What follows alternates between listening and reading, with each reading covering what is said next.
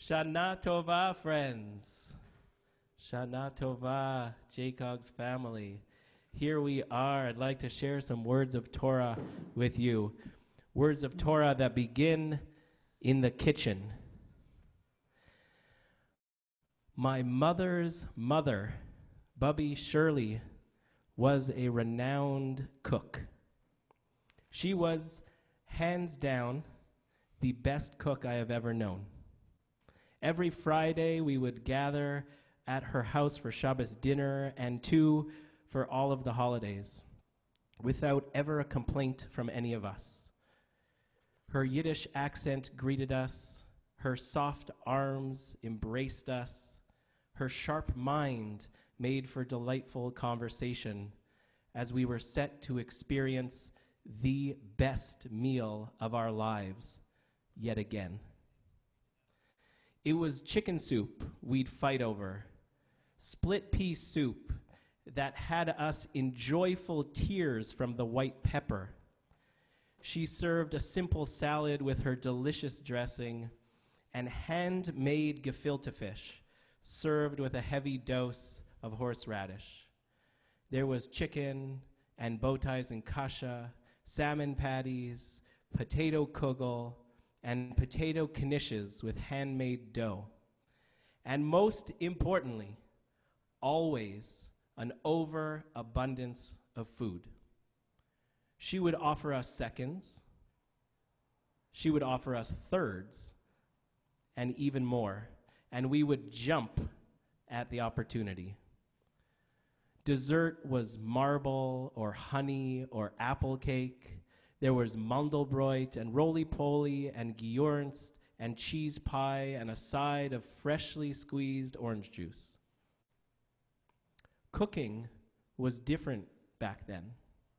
Everything was made from scratch. She didn't use recipes. It was simple food.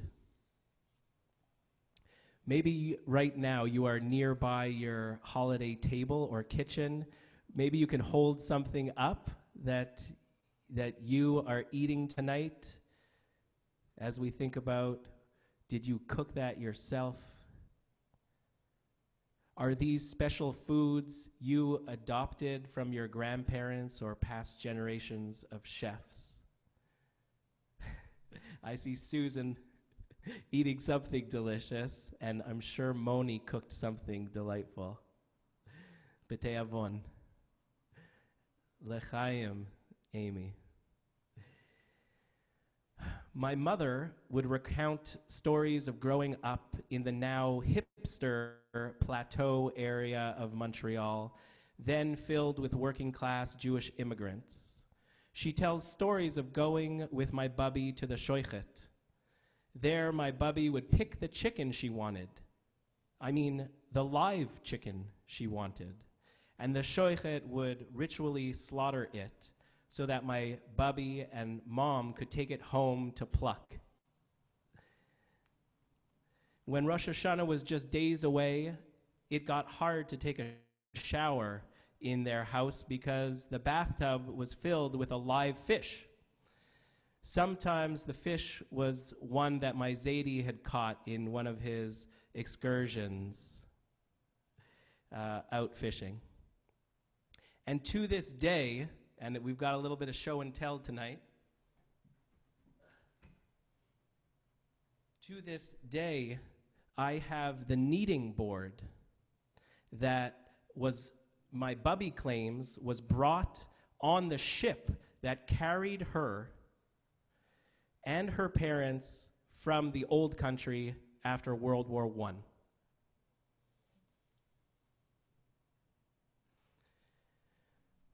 Those days were different back then.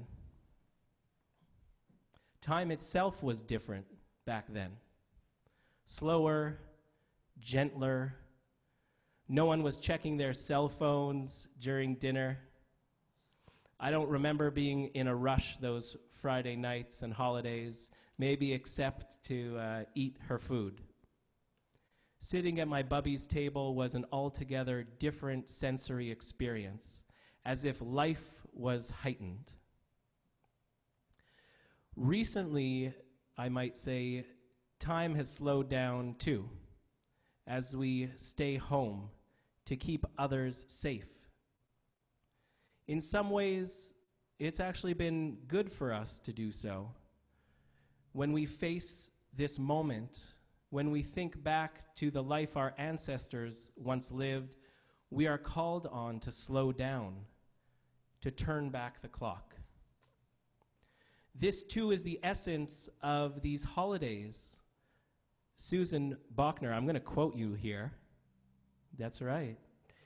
Susan Bachner said that these holidays are a time to push a pause button from our runaround year, to slow down, to consider the past even as we look ahead to the new year. This is why every year at this season we devote time to chant ancient texts, to eat centuries-old food recipes, to remember lost loved ones and prior generations, and to offer prayers from long ago. Tonight, I want to tell you why slowing down matters. In other words, why this season matters, what difference it makes, and what happens when we don't take time to slow down. And why, absolutely, sometimes we just need to hit the play button, but there are times in our lives when we just need to push pause. I'm going to go back in time here with you all. Way back in 1170, about 850 years ago, the great philosopher and Rabbi Maimonides, the Rambam, back in a time that was much slower than ours, he had a few ideas on slowing down.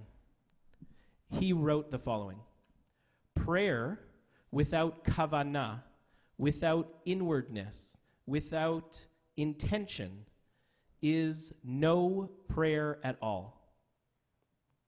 In fact, don't pray, he said, if your thoughts are wandering and unfocused, if your mind is caught on other things.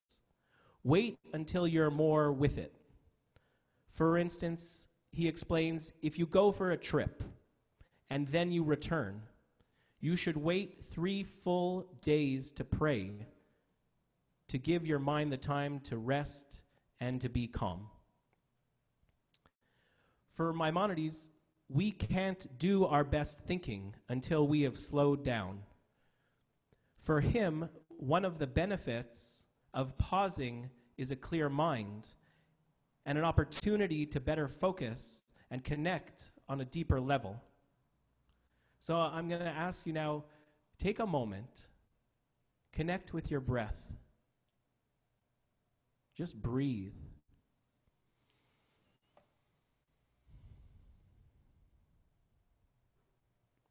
Maybe let your eyes focus on something in the room you're in. And just breathe. What do you notice around you, within you? What does slowing down give you? For me, during this pandemic, slowing down has meant wrapping myself in my talit and tefillin to meditate and pray. It means sitting by the water's edge. It means placing my bare feet on the grass. Taking a moment before eating to consider where the food came from.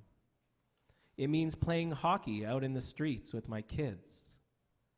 It means spending Shabbat in nature with our family. And even on the many busy days as a rabbi, it means trying not to go from one meeting to the next, pausing even if briefly between meetings to take in the moment. This has slowed down my nervous system enough to bring me some perspective that this crazy time we are living in, gam ze ya'avor, this too shall pass. Take a minute to a moment to consider and maybe even write in the chat box, what have you been doing to slow down in these times? Or what might you do over this season of holidays to push the pause button?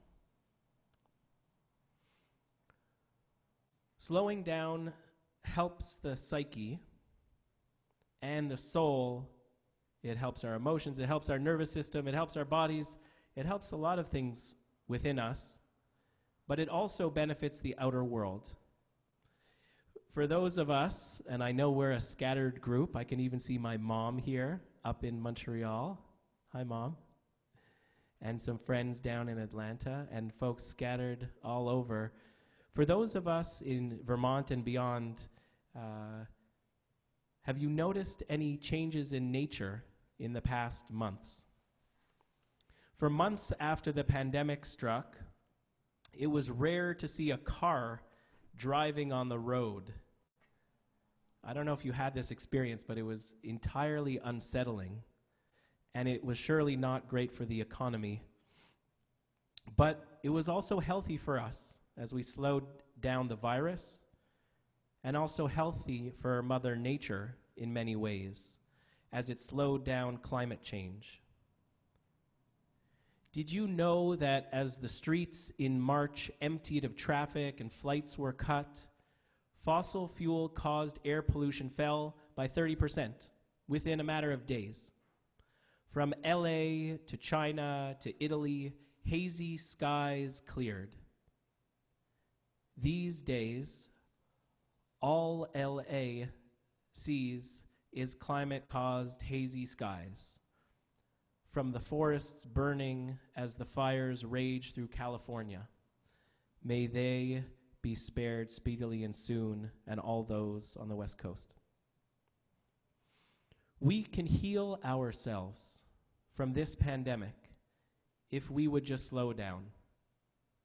So too, Earth can heal herself if we give her the space to do so. Now, let's be clear here. Slowing down has not been all easy, to say the least.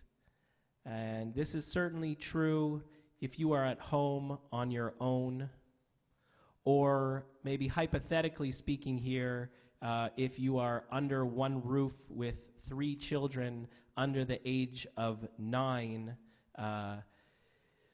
Sometimes slowing down is harder than speeding up, particularly in modern history. Our world has grown faster and faster since the Industrial Revolution, where we are now at a point, and I could not make this up, that we can fit in the palm of our hands a smartphone that is 120 million times faster than the car-sized computer that sent Apollo 11 to the moon and back. 120 million times faster. Tonight and through these holidays, it is wondrous technology that allows us to connect, just as it has with family across geographic divides during this pandemic times. Yet as we progress as a society, surely there are ways in which we have missed the mark and that we must account for at this season. When scientists say that by 2050, the oceans could have more plastic than fish at about 1,000 million tons, you know something's wrong. And that may be the least of our problems by then. This season of holidays affords us the opportunity to slow down enough to consider our impact on others and on the world, to notice how fast we are moving as a society, bombarded by fast-moving information at a rate we were not built to digest, while not surprisingly making some pretty terrible decisions for us and for our planet. Many of us in Vermont were drawn here because of the slower lifestyle, the less developed land and the opportunity to spend more time commuting with nature. I actually, as I was coming in, I noticed David Goodman's license plate, and it says powder on it. So many of us love the land that we get to inhabit. Intuitively, we know the benefits of slowing down for us in our world. Still, we could slow down even more. And that slow-paced lifestyle we've grown to love, we could also teach all those city folk that are our friends all of the benefits. So, my question for you is, how will you spend these holy, slow days at this season? Maybe get outside more, spend more time in nature, connect with your breath. Maybe cook some recipes from scratch. My bubby's life in Montreal was a slice of an old, slower world from a distant time. To this day, and I apologize for those who love this, I cannot stomach gefilte fish from a gelatinous jar. It is entirely, I love the nods that I'm seeing. It is an entirely different food group from the gefilte fish that my bubby made. May we begin this year by slowing down, listening to the lessons of our ancestors, and listening to the blessings of the earth as we build a healthier future together. Shana Tova, a happy and healthy new year to you all. Shana Tova.